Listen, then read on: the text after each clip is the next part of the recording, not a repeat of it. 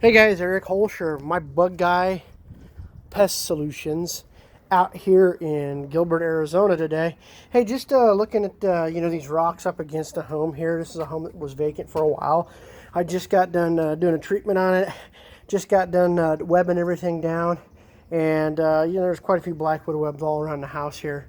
Kind of interesting. But these are homes here that share yards, so they got wall to wall yards they share, but all around the back side of the home here, there were just black widows like crazy because the home had sat vacant for a while. One thing that really struck me very interesting is when you get shared walls in places like this, sometimes you get one tenant that'll do pest control and the other one won't. This wall I'm facing over here right now, they had tons of black widows. Looks like they hadn't had pest control done in a while. Or they could have had, eco-friendly, green-friendly pest control company come out and they just couldn't get rid of the cobwebs. I don't know about that. It's possible. I'm just joking around. However, I want you guys to take a look at these trash cans here, not just for the simple fact that this is where the trash goes, but I'm going to show you something that I found underneath here. I just wiped it out, and I actually killed it and then wiped it out. But underneath here, there was quite a few webs, and there were some black widows, and they were tucked up underneath this right here. That goes up in there probably about 4 or 5 inches, and those widows were sitting underneath there.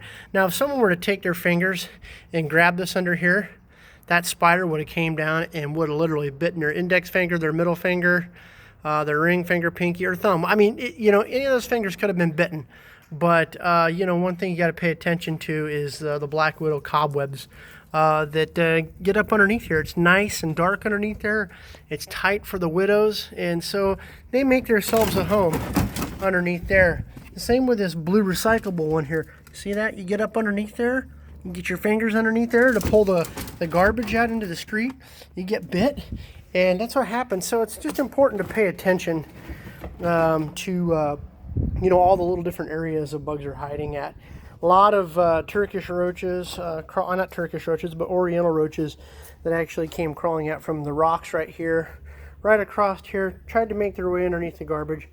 I got them, treated them, and they're dead. But a lot of these oleander bushes too, the black widows like getting in here.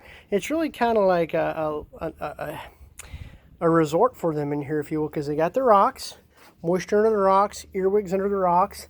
You got the little water boxes there. And you can see this guy's got another black widow web right here. But anyways, you got decomposing leaf material here. It's just a perfect harboring area for earwigs, roaches, and then all the predatorial insects like, steel blue cricket hunters or black widow spiders or scorpions will come right to these areas because there's moisture in here and there's food for them. So these are areas you really want to treat underneath when you're out doing pest control. All these bushes, just the great harboring area for flying insects and crawling insects alike. And you got the water box right here, and you've got the Cox cable box here, and then you've got another box with wiring in it. All these areas down here, if you take a look at them, they've got cracks and crevices around the bottom. It's plastic. It gets hot out here, so the heating and the cooling affect it, and they kind of open up. And then you look down underneath here, look at that nice little gap down here. The bugs get right underneath there, so you got to really get up underneath there and treat those areas in order to get those bugs flushed out and kill them.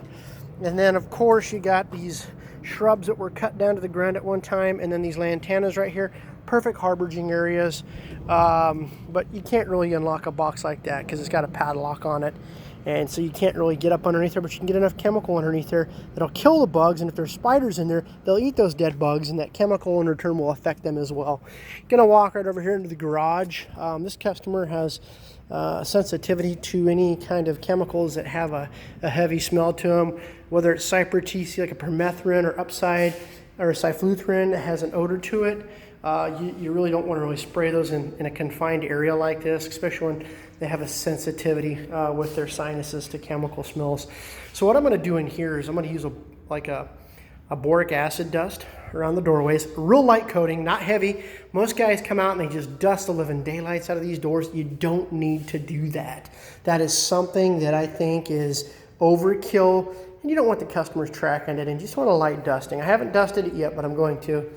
And then I'm going to put the glue board traps down as well. Look at this cricket right down there. See that cricket?